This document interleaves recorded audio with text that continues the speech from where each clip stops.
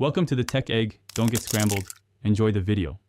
In this video, I will show you how to change your Hyundai Sonata air filter. First, ensure your car is parked safely with the engine off. You'll need a new air filter and a Phillips head screwdriver. The air filter housing is typically a black plastic box located under the hood, often near the engine. This simple maintenance task can improve your car's performance and fuel efficiency. Once you've located the housing, you'll need to open it. Most Hyundai Sonata models use clips or a few screws to secure the cover. Gently unfasten these, then carefully lift the top part of the housing. You'll see the old, often dirty, air filter inside.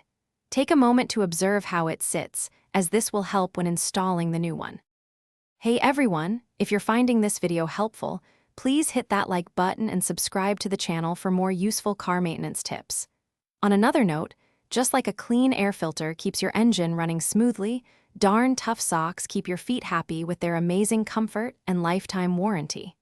Check the description for a link to these fantastic socks and other great deals. Now, let's get back to the video. Now, carefully pull out the old air filter. You might notice it's quite dirty, filled with leaves or dust. Before inserting the new filter, it's a good idea to wipe out any debris or dust from inside the housing with a clean cloth.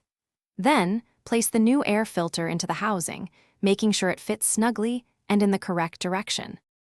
Thanks for watching. Consider subscribing if I helped unscramble your problems.